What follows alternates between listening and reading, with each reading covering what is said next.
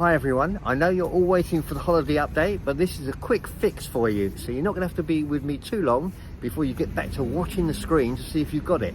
Basically, we've got a problem with kilometers showing up on the app, of the phone app. I did do a quick fix until Tesla got their act together. Well, Tesla have got their act together, and 9 hours the app has been in place, and I have to say it works brilliantly. So basically, I'm going to show you what you need to do and how you get it, and you'll be fixed right now. Mal's back talking Tesla. To see the enhancements made to my Tesla and how to update yours, please subscribe to the channel, and you can message me with suggestions or for help.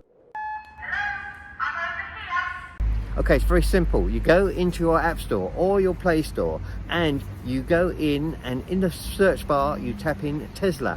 When you tap in Tesla, it will come up with Tesla.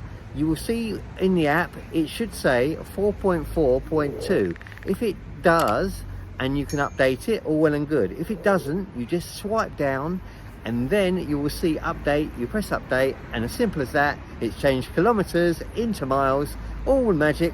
Anyway, get back to working with your screen now. Don't forget, if you like this video, share, like and subscribe to it. Become one of my followers. They're valued. I love you as followers, and I love that you actually comment and tell me what's going on. We'll grow together. Brilliant. Anyway, have a great holiday. I'm going to come back with some more, I know, because I'm waiting for the update like everybody, and as soon as it's here, I'll be pushing some videos out for you. Until the next one, I'll be seeing you. Thanks for watching, and do tell us in the comments section that you've subscribed, and we can then contact you if you're the winner when the prize is drawn. Oops.